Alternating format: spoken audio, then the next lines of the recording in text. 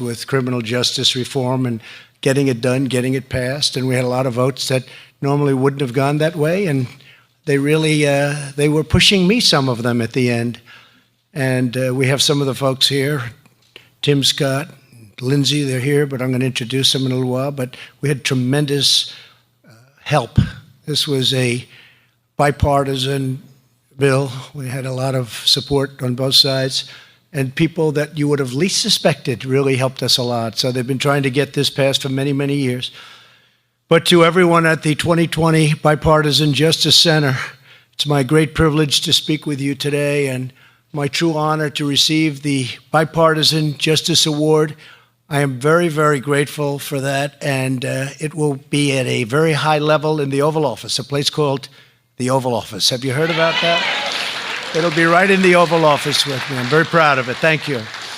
I also want to thank everyone from one of our nation's incredible HBCUs. I've been working with them.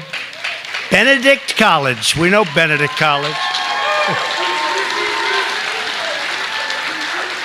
And especially your very dynamic president, Dr. Rosalind Clark Artis.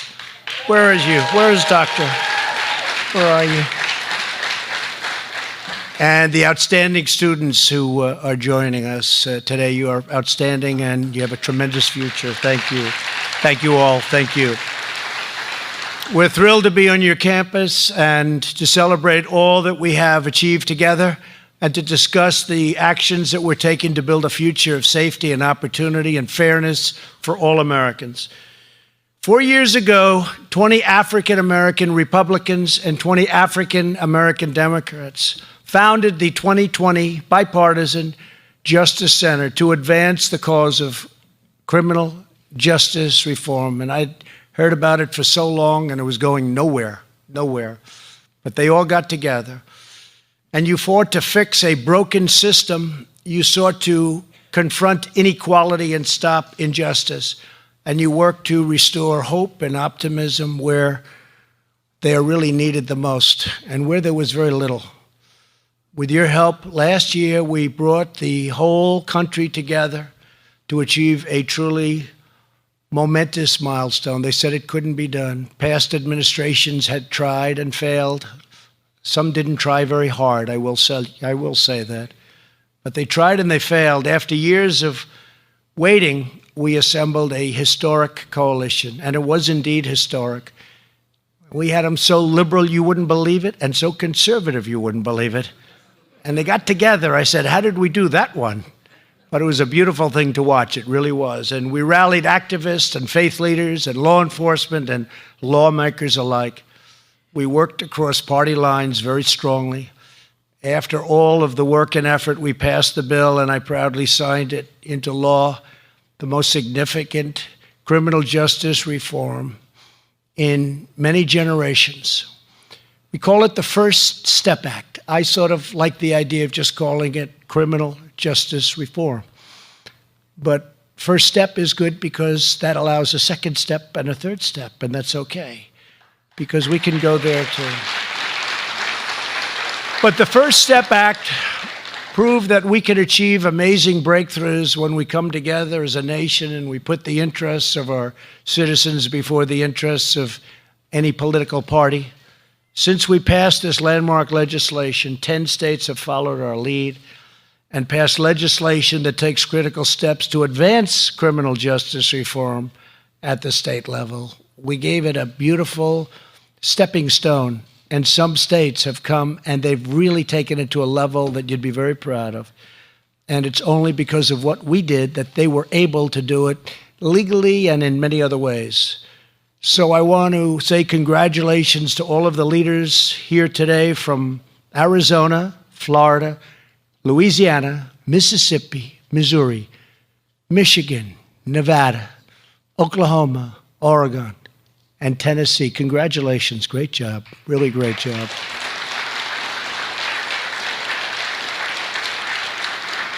We're also grateful to all of the mayors, city council members, and state legislators who are fighting for reform in your own communities. I especially want to thank the South Carolina leaders, and I have their names written down. There's so many of them.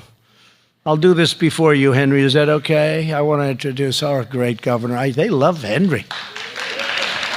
They might like Peggy more, but that's okay. But we'll do this first. State Senator, they've helped so much, and President of the Senate, Harvey Peeler. Harvey, where are you, Harvey? Thank you, Harvey. State Senator Gerald Malloy. Gerald, thank you very much. Thank you. State Senator Katrina Shealy. Thank you very much. Thank you. Thank you. I thought you were over there. And State House members, Speaker Jay Lucas. Jay? Thank you, Jay. Thank you, Jay. Majority Leader Gary Simrill. Gary, thank you. And all members, Brandon Newton, Mike Burns, Bill Chumley, Peter McCoy, Celeste Davis, Chris Murphy, Bobby Cox, Alan Clemens. I want to just thank all of you for being here. And I'm sure that we probably left some out and they'll never speak to me again, you see? But all we can do is try. I have all these names written down, and they've worked very hard, and they've worked hard. And I said they really have to be mentioned because they've been tremendous supporters of all of us. So thank you all for being here. We appreciate it. Thank you. With us this afternoon is a very special friend of mine. He was with me from day one, before it was fashionable. And he picked a winner. It's like going to a horse race, isn't it? He picked a winner. But he had good feelings, and he was a tremendously loyal friend, and he's a great governor, and he's become more and more popular. I never want to see his approval rating go above mine. Otherwise, we'll have to come in and give it one slightly negative speech about Henry McMaster. Thank you, Henry.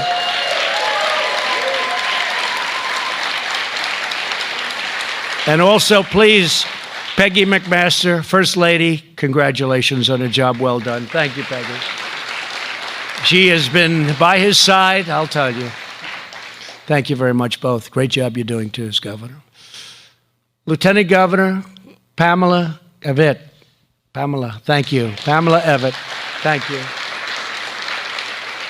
Thank you very much. And Alan Wilson's here someplace. Alan, thank you, Alan. Great job, Alan. Thank you very much. Two friends of mine that are warriors, really warriors, two great people, and you have them both. They're senators, and they fight. And somebody just said, Lindsay, we're up to 50 already, and I haven't even made a phone call. 50 out of 53. And they said, you get to 40, that's pretty good if you haven't done anything, but we're up to 50. I don't know if you've heard that, Lindsay. Did you hear that?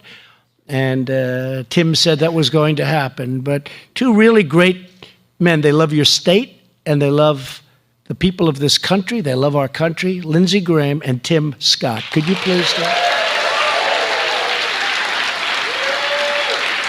Thank you, fellas. Thank you. All I can say is thank goodness they're on my side. Because if they weren't, I'd have big trouble, right? They're warriors. They really are. They've done so many different things, tax cuts and all of the things we've done for our military and choice, military choice. They were right in there. And Tim and Lindsay, you never let the people down. Forget about me. You never let the people down. Thank you very much. Great job. And Representative Ralph Norman, I want to just mention he's been a friend of mine. He's been a warrior, very popular guy. But we learned a lot because Ralph had one election. He was so far ahead that everybody said, hey, let's not vote. He's going to win too easily. We can never let that happen again because he won. But it was a little closer than we thought. Everybody stayed home. We can never let that happen. So we always have to pretend we're 1 point behind, right? But he is a fantastic man, and he's been incredible, and he's really a popular person in South Carolina. And Joe Wilson. Joe, thank you. Thank you, Joe. Joe is an incredible guy, been with us from day one, I think, Joe, right? Day one, and he loves this state, and he loves our country. Thank you very much, Joe. Great job. Appreciate it. And Columbia Mayor Steve Benjamin. Steve, thank you very much. Steve. Thank you. Thank you, Steve. Great job. Thanks also to my good friends, Pastor Darrell Scott and Kareem Lanier. Where is Daryl? You talk about a warrior. This guy. I met him a long time ago. He was defending me on CNN, low ratings, CNN. And he was brutal. You know, I said, he's a pastor. He's a man of the cloth. And boy, can he go at it. So you have the two, you have that little dichotomy, but he never let it bother him. And what he has done in defending us, I will never, ever forget it. Daryl Scott has been incredible, both of them. But when I saw Daryl on television, I said, we have to find out who that man is. He's fantastic. Thank you very much. Thank you. Thank you both. Thank you, Daryl. And I always thought he was a very young guy. How many years are you married to your great wife? Only 38. I said, how many years are you married? I thought he was like 40 years old. He said, we're having our anniversary. He's got an incredible wife. Oh, how many years? 38 years. I said, you got to be kidding me. 38, right? 38. That's great. Congratulations, Daryl. Thank you. Thank you very much. Great friend of mine. And we're also joined by several outstanding members of my administration, people that have really made a difference. Secretary of HUD, Ben Carson.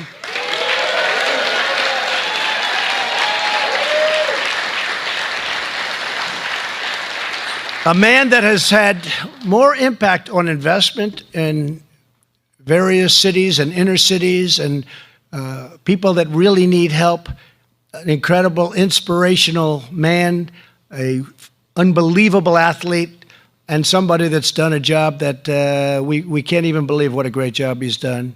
Because opportunity, you know, I don't know if you go see what's happening with opportunity zones. I don't think there's ever been anything like it. And I have to give Tim Scott a lot of credit for that, maybe all of it. You know, I go around, I talk about Tim Scott with a not that familiar, and I say, yeah, there's a senator from South Carolina. I could be in the other parts of the country.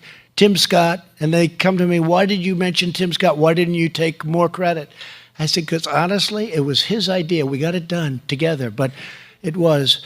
And Tim, I don't think we could have picked a better person than Scott Turner to make our vision come true. It's the hottest thing there is. I don't think there's been anything like it. So, fantastic job. What a job. Jonathan Holyfield, who's with me, and J. Ron Smith, who's with me and been with me for a long time. I want to thank you both. I know J. Ron was back here. Where's J. Ron? He was back here. There he is. He never wants credit. You know, usually he'll stay back there, and I don't want you ever to be. I want you to be right where you should be. But you are, what a job you guys have done. Thank you very much. And a very special thanks to someone who worked tirelessly to get this law passed. You know, I've always said, I think I was telling Tim before, and I pulled Lindsay aside. I said, you know, I think he's a liberal. He could be a liberal. Jared Kushner, he could be a liberal.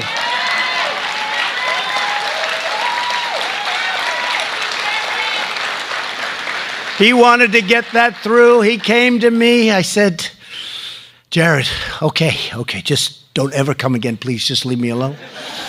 And we got it done, right, Jared? We called a couple of folks that people didn't think would come along, and they were incredible once they understood what we were doing. And it's really, you know, it's really worked out. It's been a while now, right? It's been a while, and it's really worked out. We've had tremendous support, and a lot of people are very happy. I want to extend my warmest condolences to the family and many friends of Elijah Cummings, who are celebrating his life today in Baltimore. Not long ago, I met with Elijah in the Oval Office, and I saw the passion he had with me for lowering prescription drug prices. He had a very strong passion for that. We're going to get it done. I will tell you, we are absolutely getting it done, but I was with Elijah, and I have rarely seen anybody want to do something like that, and we're going to have that done. Prescription prices are coming down. We had the first year in over 50 years where they have actually come down. And if we could get support on the other side, we'll get those prices so far lower than they are right now, you wouldn't even believe it. I think people are going to be very surprised. So I want to give my warmest respects, please.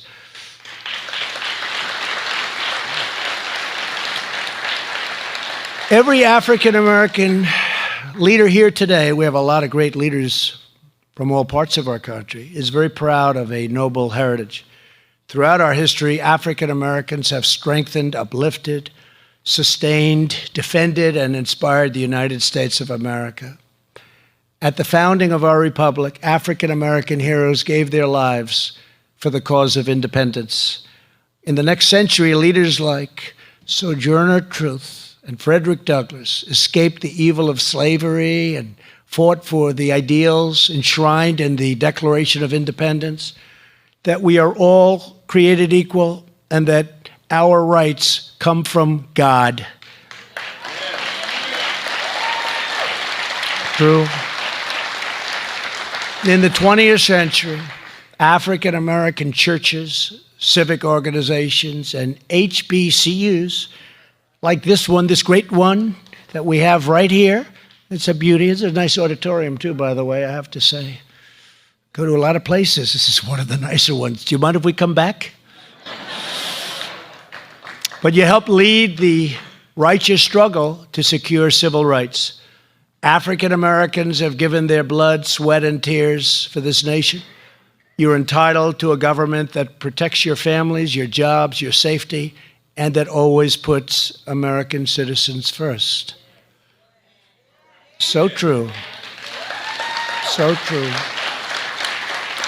From the beginning, my vow has been to stand up for those who have been forgotten, neglected, overlooked, and ignored. And we stand up loudly and clearly in our nation's capital. My goal has been to give a voice to the voiceless and to make Washington see and hear those who have been made to feel silent and to feel invisible. Although criminal justice reform was not a theme of my campaign initially, when I came into office, I heard from countless leaders and listened to many diverse points of view, including to our great church leaders and religious leaders, everyone from governors to law enforcement officers, faith-based ministries. They all came to see me, asked me to fight on behalf of this forgotten community. I knew criminal justice reform was not about politics. To this day, not sure that what I did was a popular thing or an unpopular thing, but I know it was the right thing to do.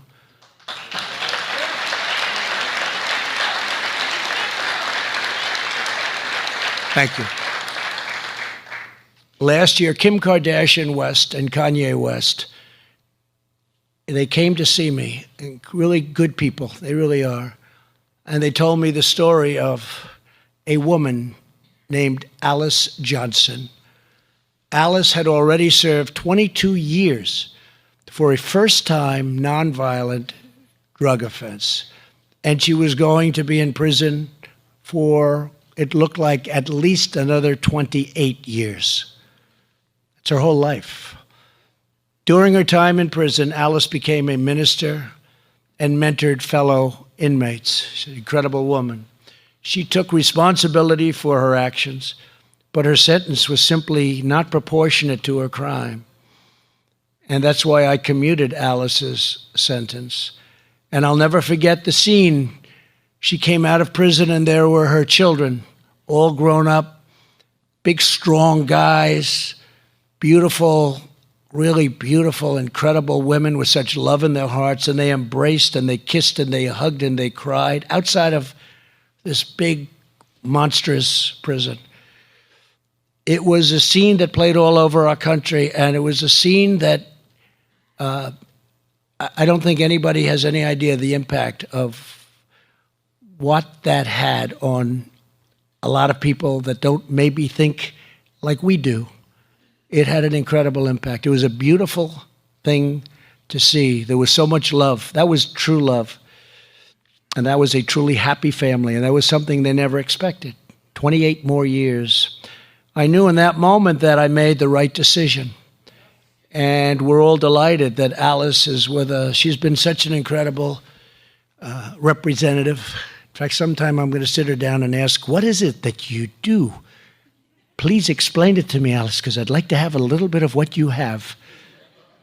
But she has been. She's got an incredible warmth and passion, and she really is a very special person. I've gotten to know her.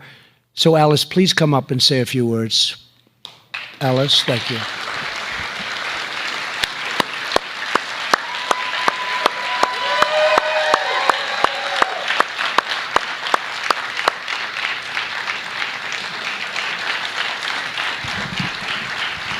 Thank you, Darrell.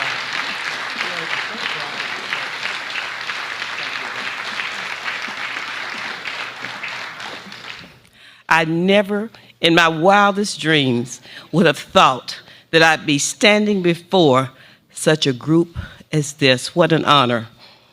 Being incarcerated, separated from my family for 22 years, almost 22 years, was one of the hardest challenges of my life. When one person goes to prison, it impacts not only that person, but their family, their communities, their society. For generations, we are impacted. Criminal justice reform is not a partisan issue. We are human beings. I represent, as you see my face here, see the faces of the ones that you will never see unless we come together, unless we come together to act, to cause other families to be reunited the way that I was reunited with my family. It was only by the grace of God that our president's heart was touched by my story and signed papers to commute my sentence. Kim, thank you.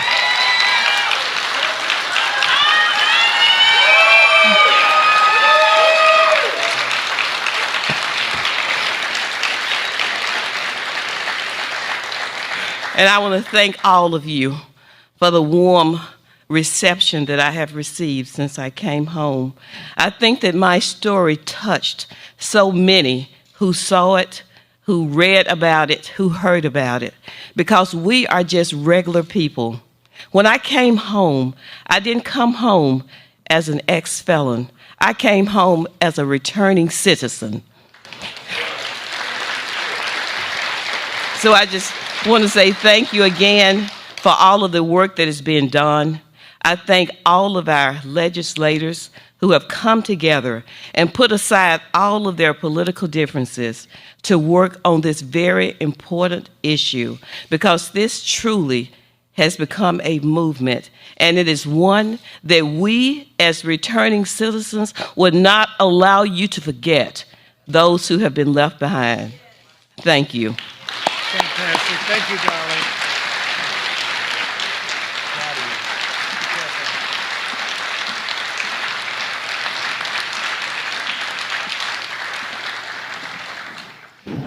Thank you, Alice. And Alice's story not only touched my heart, but it showed me that significant disparities and injustices can exist in the criminal justice system. And I actually went to Alice and I said, Alice, you were in a prison for 22 years. You got to know a lot of people in that prison.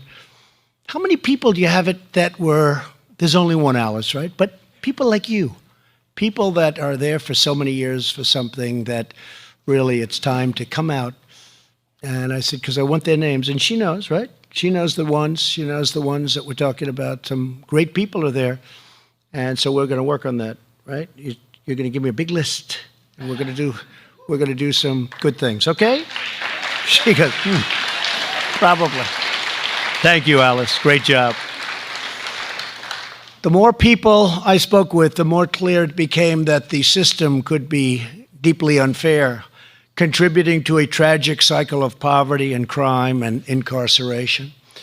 To redress this unfairness, the First Step Act made transformative changes. We rolled back the unjust provisions of the 1994 Clinton crime law,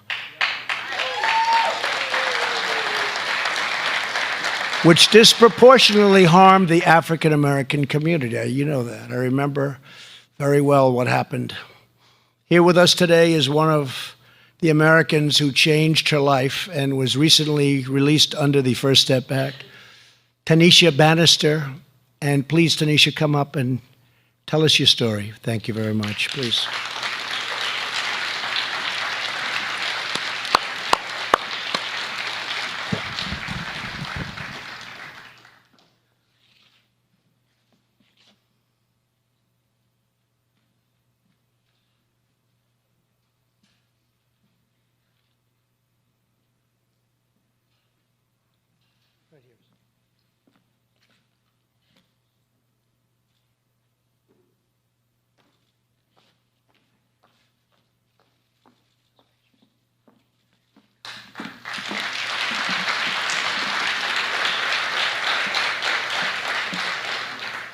As the President of the United States says, my name is Tanisha Banister.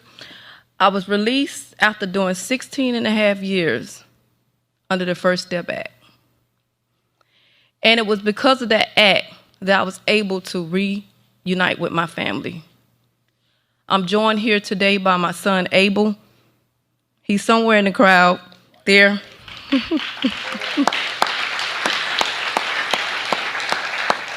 I want to thank all the political leaders and the organizations that helped push this act. Organizations like Cut 50 that led this act to free not only just me, but thousands of others. I want to thank all the political leaders that crossed party lines and stepped out of their comfort zone to make this happen. So many, like myself, have been displaced in the criminal justice system for so long. But I stand here today to say, because of the First Step Act, we're able to move towards the second step. I want to thank the President for giving me another leash on life.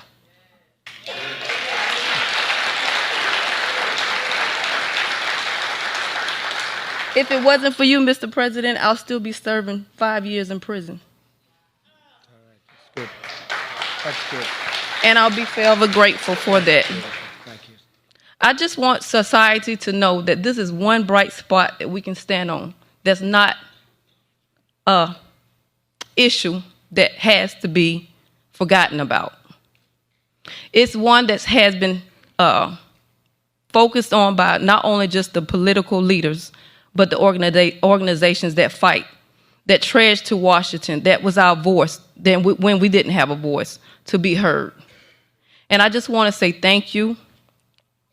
I want to say that in order to take the first step, you have to be willing to do things that you're not comfortable with. You'll have to be willing to have conversations that you're not willing to have. For decades, the criminal justice conversation has been a hard conversation to have,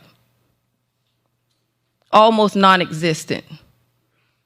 It was all about the political leaders thinking about who can be tough on crime, who can lock up the most and throw away the key. It dehumanized. But I'm standing here today saying this is what a second chance looked like.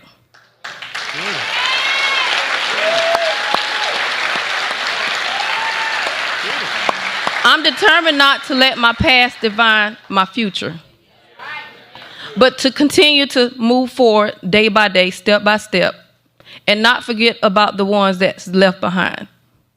There's still work to do, but what I can say is on this day, a change has been made, and we're looking forward to things to come in the near future. Thank you, Mr. President. Thank you, Benedict College, for having me. Thank all the political leaders and organizations that fought for not just myself, but others like me. First Step Act not only freed thousands of people, but it helped rehabilitate us to have us ready to integrate back into society and live a comfortable life. And I just want to say thank you again. Thank you, darling. Thank you. Thank you, darling. God bless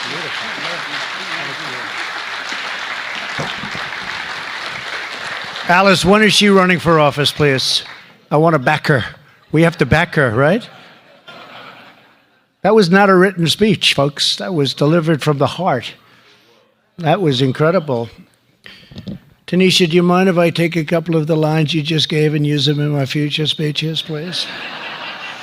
And Tanisha, like Alice, I want you to give me some recommendations of people that you lived with for many years that you know are good people that are in there for a long period of time. I want you to give me a list of names, okay? Because I know. Give me only the right ones. You know, you got a couple of bad ones in there too, Tanisha, right? And that's okay too. But give me the right ones, the two of you, and as soon as you can, okay? Because you know some great people that are going to be there for many, many years, Alice, right? And you're going to give me some names, all right? Thank you both. Thank you. Incredible. Thank you both.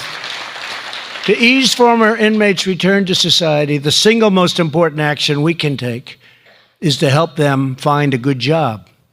As a result of our tax cuts, our regulatory cuts, and pro-American trade, and, you know, we're putting America first. I think everyone likes that very much. The energy reforms, our economy is booming. It's booming like never before.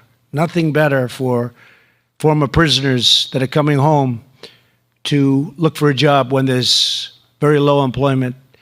And that's what we have right now. Because of this, the tight labor market, employers are now recruiting Americans who have been on the sidelines for far too long, including those with criminal records. And they're doing a phenomenal job. They come out and they're being hired. And I've had many people tell me, people that are doing the hiring, saying these people are unbelievable. They never got a chance before. So we are being helped by, they call it the Trump economy, but a great economy. We're being helped by a great economy. And perhaps our economy is the best criminal justice reform of all, because when people can get a job, earn a paycheck, and find purpose in their work, and especially when they're coming out of prison, it's an incredible thing. It's really an incredible thing. And we're setting records also when they come out. They're not going back in many cases. Statistically, much, much better. That's because they get a job and they like it. They love it. But before, they were never getting that job, and bad things were happening. For years, applicants with criminal records were dismissed out of hand, just automatically. Nope, we're not interested. Even if they were qualified, and even if you thought they were reformed, they couldn't get work. My administration is working vigorously to remove barriers to reentry and to encourage second chance hiring, and we're really doing a great job. When we say hire American, we mean all Americans, every single American. That's what we want. Instead of hiring low-wage labor from overseas, we're asking companies to hire American citizens, including former prisoners who have been reformed. America is stronger and our society is brighter when everyone can contribute, participate, and join in our national revival. And that's what it is. We have a national revival going on like you haven't seen in a long time. Our two great senators, Tim and Lindsay, have been so helpful. Can't even tell you how helpful. Here with us today is Jerome Brown, who served 11 years in prison and now is a master barber. Oh, good, I can have my hair properly cut. Where's sir? Lindsay, do you have a scissor on you by any chance?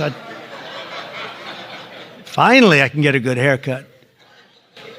I've been criticized for a long time. Now I'm doing really well. There's more than 500 clients. And Jerome, I'd love you to come up and say a few words, but perhaps more importantly, check out my hair, see what you can do for me.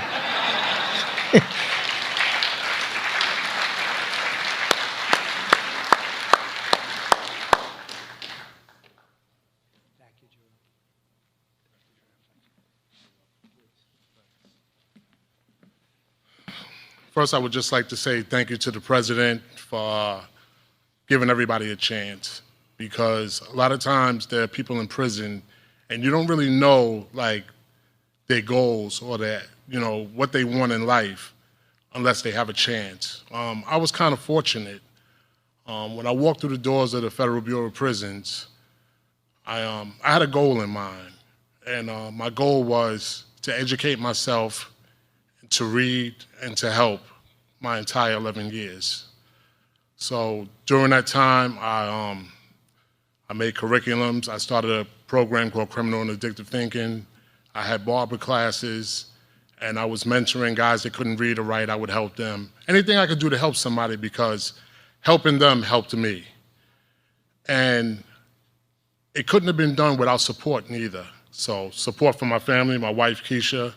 We've been married 24 years. The staff in the BOP. And now that I'm looking at the First Step Act the president is also giving a lot of guys and women support again, because without the support, they don't have the incentive to do things positive for their life and to make a change. So for that, Mr. President, I thank you very much. You're so beautiful. Thank you very much. My goal now is just to mentor people as much as I can. I mentor guys now to still come home. I try to show them the right way, not to give up, because a lot of people give up easily just because they have a criminal record, and they just think that's the easy way out, just to say, oh, I have a record, they're not gonna hire me anyway. One quick example, when I was in prison, I had to renew my barber's license, and for 5 years straight, New York State denied me because of moral turpitude, because of my conviction. Every year I said, I don't care, I'm just gonna spend $40 every year, and if they deny me, I'm just gonna do it every day until I get out. And eventually they approved it, and I had letters from staff and everybody that they gave me support. So it's like, you can never give up, you know. Like I said, the support right now from the First Step Back, I think is gonna help a lot of men. There's still a lot of good men left in there and women. So my motto is just, you know, to help one person anywhere is to help secure the future everywhere. Thank you. Thank you. Fantastic job. Thank you. Thank you very much.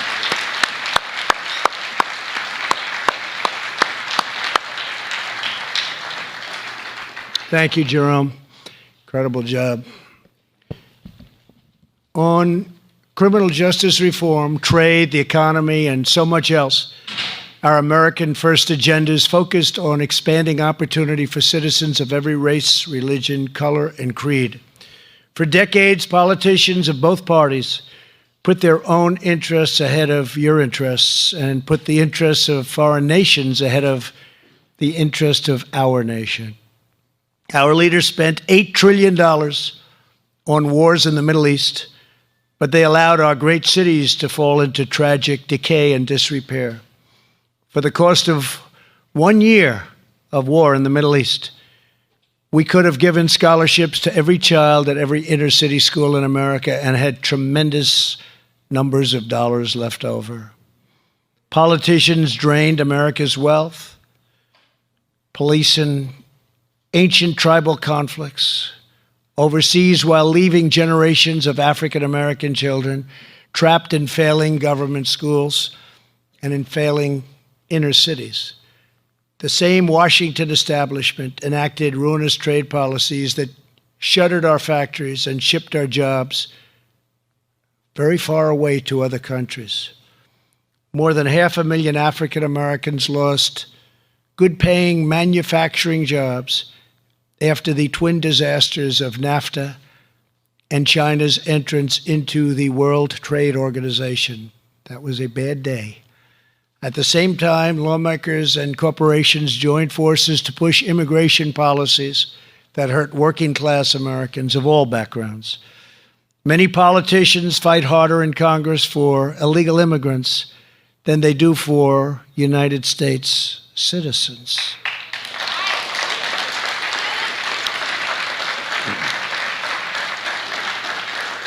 My administration will always put American communities first. On issue after issue, politicians raked in cash from special interests while selling out our nation's workers and our nation's great families. Under this administration, the great betrayal of the American worker is over. After years of rebuilding, thank you. After years of rebuilding foreign countries, we are finally rebuilding our country, renewing our cities, and securing our neighborhoods and protecting our own forgotten communities. All my life, that's right, make America great. Couldn't have said it better than you did. Thank you. Thank you, Darren. All my life, I've been committed to advancing fairness and opportunity for the African American community. And today I'm here before you with the empty, and we have to say, we've had so many people with empty political rhetoric. We're doing the opposite. We're acting, not talking. People have talked. They've talked. They've talked a lot, and they've got nothing done. And we're talking about for a century. We're talking about for over 100 years. It's been all talk by a certain group of politicians and no action. Tim Scott, Lindsey Graham, they've done more in the last couple of years than some of our, I hate to call them opponents, but I guess that's what they are, unfortunately. But they've done more than they have in 100 years. I'm here to report on real actions that we've taken, real promises that we've kept, and real results that we've delivered. Since the election, the unemployment rates for African American, Hispanic American, Asian Americans have achieved all-time historic, in the history of our country, lows. Today we have more working.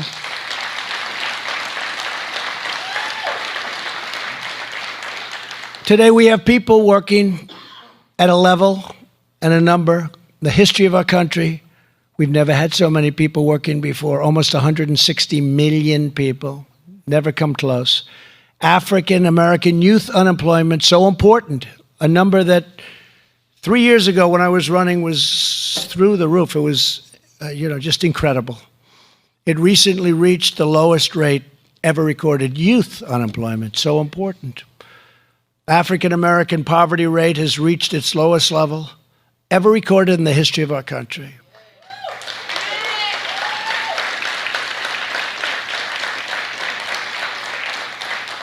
So when I'm up on the debate stage with one of these characters, whoever it may be, and I rattle off a couple of those stats, I don't know how they're going to beat me. They're going to have to be awfully good. They're going to have to be awfully good. More than 2 million Americans have been raised out of poverty, taken out of poverty, lifted out of poverty. For the first time on record, most new hires of prime working age are minorities and women. That's the first time in the history of our country. Minorities and women.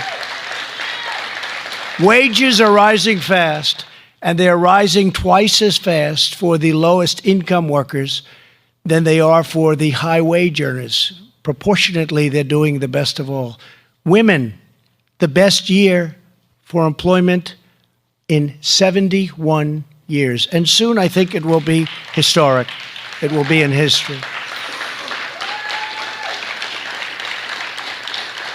That's a good number. A recent analysis found that middle-class income has risen by $5,000, but add to that, it's median household income, add to that $2,000 from the tax cuts, and then $2,000 for energy, because our energy is much cheaper. And when you look at other countries, what we've done with energy, we've become the #1 producer anywhere in the world by far. And so that would be $9,000 per household, median income. Think of that, household median income. Nobody has ever come close. If you go back and you look at the Bush 8 years, it's $400 for 8 years. You go back and you look at the Obama 8 years, it's less than $1,000. And with us, it's $9,000 when you add. Think of that. And that's for 2.5 years. They stopped at 2.5. It's even better now because we're almost up to 3. I don't even know if you folks know that, but think of that statistic. $400 for 8 years, $975 for 8 years, and $9,000 for 2.5 years. I mean,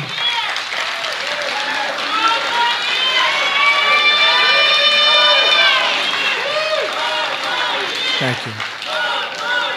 Thank you. That just came out. That came out in a poll, Moody's, and it just came out in a poll. And you can never take this. They said, I'll win the election practically no matter what. They had 3 different forms of win. And they've been right in every year except for one. You know what the one was? The last one. They got that one wrong. Did you know that, fellas? They got that one wrong. They said we were wrong about 2016. They don't even mention that I happened to be in that election, but they said that was the only one they got wrong. That's okay with me. They're going to get one wrong. That was the one we wanted them to get wrong, right? But those are incredible numbers. Those are numbers that nobody would have believed possible. If I would have said that on the campaign trail, people would have said, you have to be kidding. They would have said the fake news. So you have to be kidding. He's not telling the truth, ladies and gentlemen. Well, it turned out that's far more than we even anticipated. Through our pledge to American workers, more than 360 companies have committed to providing over 14 million training jobs and career opportunities for the American worker. My daughter Ivanka works so hard on that. That's her love. It's her passion. It's incredible. She came to me at the beginning of the administration and she said, I want to help people get jobs, Dad, but they have to be trained. She was a great student. She's a great person. And she said, but they have to be trained. I said, what's your goal? She said, 500,000 jobs. She just hit 14 million. Can you? I said, that's Ivanka. You know, that's Ivanka. 14 million jobs. It's incredible. It's one of the reasons I think that our employment numbers are so good. I hope that you will judge my administration based on the tremendous amount that we've achieved. Not talking, but achieving. We've made, it's really something. It's really something. And the support that you've given is incredible. We've made our nation stronger than ever before. And I'm here to tell you that we're just getting started. And we're just getting started for the African American community, too. Please remember that. And I will say this, and I really say this with great confidence, the best is yet to come.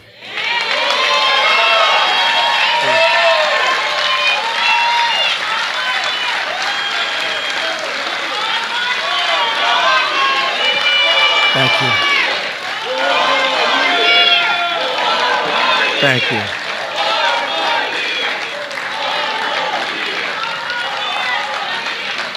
Thank you very much. Now, don't say 16 more years because you'll drive them crazy. They're afraid. They said, you know he's going to win. They said, one of these characters said, you know he's going to win, don't you? You know he's going to win. Well, no, we're going to fight. He's going to win. And then he's never getting out. He'll be here for another 4, and then another 4, another 4. We're never going to get him. So when we say 4 more years, sometimes say 16 more years, it drives them crazy. And we like doing that, don't we? But as we make tremendous strides to deliver greater economic promise to all our citizens, we'll never let up on our efforts to ensure that our justice system is fair for every single American. And I have my own experience. You know that. You see what's going on with the witch hunt. It's a terrible thing that's going on in our country. No crimes there. It's an investigation in search of a crime. It's been going on for longer than I'm in office. It's true. It happened before I even got here with, remember, the insurance policy. Strzok and Page, the lovers, the great lovers. The 2 great lovers, they talked about the insurance policy, right? That she's going to win, but just in case she doesn't, we have an insurance policy. That was long before Mueller and that whole deal. We had 18 angry Democrats that hated Trump looking at me. Spent $45 million and they found nothing. I think I could do that with almost everyone in the room, except maybe your 2 senators. I could never find it. That's why they're senators, because they're so clean, right? But in America, you're innocent until proven guilty, and we don't have investigations in search of that crime. It's a terrible thing. It hurts people very badly, and it divides the country. Innocent people to those surrounding innocent people. We're being destroyed and humiliated. We have so many people that have been hurt, destroyed, and humiliated in ways that we've never seen before in the history of our country. And we're working to put an end for everybody to horrible injustice and the horrible practices that we've seen. It's just not only here, it's in other places. It's in some pretty high places. Justice, fairness, and due process are core tenets of our democracy. These are timeless principles I will faithfully uphold as president. They're principles Republicans stand for and historically Democrats have stood for in the past. They used to stand for them. If this were a Democrat, they would never allow this to happen. They would never, ever allow this to happen. And I'll tell you, Tim Scott made the finest statement yesterday. He said, the president is innocent. Forget about due process. He's innocent. And I won't forget that statement. We have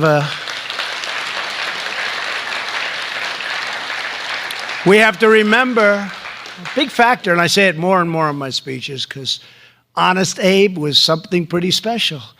Abraham Lincoln, he was a Republican, a president revered for what he did to preserve our nation and union, and to abolish slavery. Abe Lincoln was a Republican. A lot of people forget that. Fellas, I think we have to start bringing that up a little bit, okay? People forget that. They don't know that. They don't assume it, actually. We're committed to upholding his legacy and the sacred principle that all people are entitled to live in freedom and dignity. I'm talking about Lincoln more and more because the Democratic policies have let African Americans down and taken them for granted. And they have. They've taken African American communities for granted. And I promise you that Republicans will never, ever do that. We're going to keep fighting for you, and we're fighting hard, and we're really having an impact. And you're having an impact on elections now. And you should never let that happen, but they have taken advantage. I will always fight against abuses of power from any source, and I will always champion the right to due process, the right to a fair trial, the right to good legal representation for every American, regardless of race, background, position, right? It's a big thing, legal representation. A lot of people get in a lot of trouble because they have the wrong representation.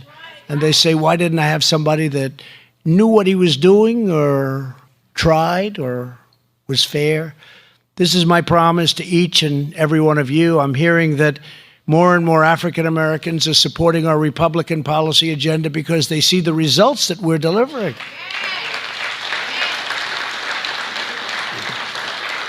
You know, during the campaign, I read a long list of things.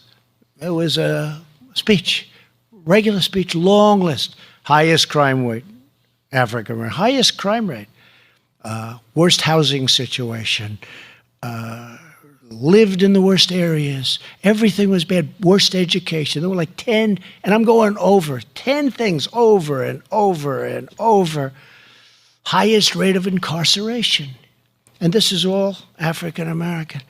And I said to myself, probably I shouldn't say it, but I'm going to say, vote for me. What the hell do you have to lose? Do you remember that? What the hell do you have to lose? I said it. By the way, I hate to say this to you, but my poll numbers with African Americans, Tim, went like a rocket ship, okay? My people said, I don't know if that was good to say. I said, look, it's the truth. What the hell do you have to lose? And you know what? I said it. And sometimes I'd take the word hell out because the fake news would say, he used a horrible word. The word hell was a horrible. I said, I've heard worse than that. But it was true. And look at what we've done in less than 3 years. I mean, look at the progress you've made. Everything's historic, meaning it's never happened in the history of our country, what we've done. And we're very proud of it. And, you know, it's an incredible, talented, smart, wonderful, warm, look at the people that came up today, warm group of people. And I have so many friends. They're great, and I am so honored. I just am so honored. And Jerome, I'm putting you in the same category with these two incredible women. If you have some people in there that you've been with for a long period of time, you're going to give me some names. I only want the right names, Jerome. Okay? I only want the right ones. But I think it's a tremendous thing we can do. We can do a lot of great things from, it's called the power of the White House. We can do some incredible things, and we want to only do the right things. But these are three unbelievable representatives, and there are so many more out there that we don't know about. We want to find out who they are so we can help them out too. Jared, I'll put you in charge of that little project. That's something he'd like to do very much, right? So as part of our agenda to lift up forgotten Americans, we are investing in distressed communities under the crucial provision, a very, very important provision of our new tax law. America's governors have designated nearly 9,000 communities as the opportunity zones that we just discussed, including this very neighborhood surrounding Benedict College. And you see what's happening even just around your college and in your college. To bring back prosperity, we slash taxes on new investment in these areas, and people are investing in these areas that would have never, ever been investing here. And in some cases, they're rich, and in some cases, they're not so rich, but the money is flowing into your community. 9,000 different places. And I directed every member of my cabinet to support opportunity zones in every possible way. And leading these efforts is Secretary Ben Carson, along with Executive Director of the White House Opportunity and Revitalization Council, Scott Turner. Great job. Mick Mulvaney is here someplace. Where's Mick? He's here someplace. Where's Mick? And a lot of people are here, a lot of people that have done an incredible job for this community and for the country. Within my first weeks in office, I also signed an executive order to support historically black colleges and universities by moving federal HBCU initiative to the White House, where it belongs. It's now in the White House. Over the past 2 years, we have increased federal funding for HBCUs by a record 13%. Check out the last administration. See what they did for you. Not too much. Not too much. You said it, nothing. Not much. Check it out. I don't want to get into this. I'll get myself in trouble, but I want you to check it out yourself. My administration will always treasure and protect HBCUs like Benedict College. It's very important. It's very important. The story of this institution reminds us all how African American leaders have helped America stand for what is just, noble, right, and true.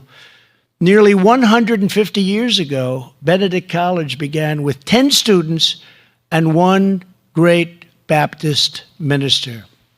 Their first classes took place in a former plantation mansion. In the 1930s, Benedict students participated in one of the first civil rights campaigns in South Carolina. From the halls of this campus came American pastors and poets, advocates and athletes, innovators and entrepreneurs. In their courage, their vision, their determination, their wisdom, and their grace, they lifted up the sights of our nation and called America to greatness. They have done an incredible job. This has been an incredible institution.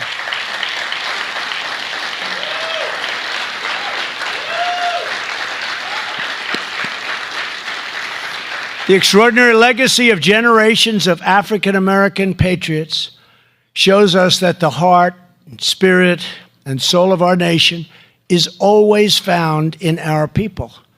You are the source of America's strength, the captains of America's destiny, and the authors of America's future. Now, after decades of bitter disappointments and betrayals from Washington, and you have had the most bitter disappointments, more than anyone, my administration is making a decisive break with the failures of the past.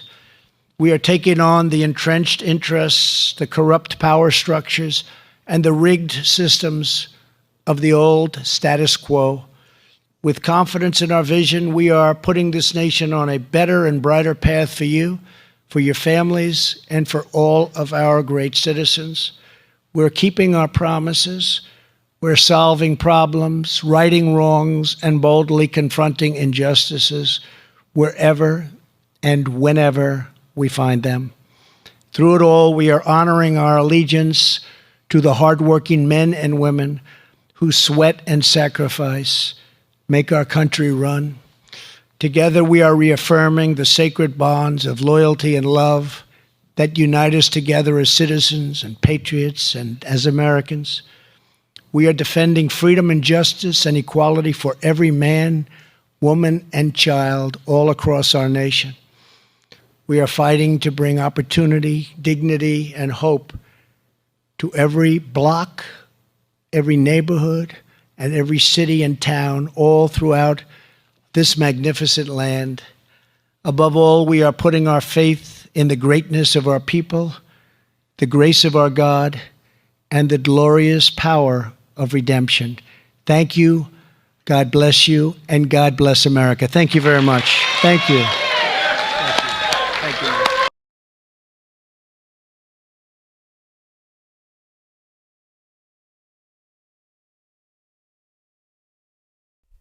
All right, folks, thank you very much for joining us and choosing us as your stream of choice. President Trump talking about the Second Step Act, getting former incarcerated people a second chance at life by getting them a job and allowing states to, like the guy, like the barber, being able for them to get permits doing whatever they need to do, whether it be machinery, whether it be forklift operation, whether it be barber's license, whether it be vendor's license, anything like that. So giving them a second chance so they can be a productive citizen of our nation. And Second Step Act has been helping a lot of people. And Jared Kushner is at the head front of this, and also President Trump's leadership getting this done. So President Trump, amazing speech regarding Second Step at the Presidential Justice Forum event in what was it? South Carolina, I believe. Yeah, South Carolina. Columbia, South Carolina. I apologize. But yeah, so if you guys like this live stream and you are new to the channel, we encourage you to subscribe and click the notification bell, folks. Don't forget, subscribe to the channel, click the notification bell. That way you stay up to date on everything that's going on. And also you get an update or hopefully a notification when we go for a live stream or we upload a video. If you missed any part of the speech, we are uploading it onto the channel in just a few moments. So make sure you guys tune in just a little while if you missed any part of the speech. Once again, thank you so much to everyone that shared the live stream on social media. Thank you so much to our moderators for keeping the chat clean and enjoyable for everyone. We hope that you guys enjoyed, and if you are new, you subscribe to the channel and you click the notification bell. It's very important, folks, if you guys click the notification bell. That way, you stay up to date on everything that we cover. Last but not least, if you have Twitter, if you are on Twitter, make sure you follow us at Gold State Times. If you have Facebook, make sure you like us on Facebook, just in case this channel ever ceases to exist. If YouTube ever does anything to this channel, you guys can stay up to date on what happened, what we're doing to fix it, and all that good stuff. So it's always good to follow us on Twitter if you have it at Gold State Times. Or if you have Facebook, like us on Facebook at Golden State Times. If you don't have either or, you are like, you know what, I hate Facebook and I hate Twitter, then we're also on Gab. So you have gab.ai or gab.com or whatever they're calling that social media network these days. If you have Gab, make sure you follow us on Gab at Golden State Times. Thank you so much for joining us, and we hope to see you guys here next time. But until then, my name is Gent, Gent, and I will see you soon. Peace.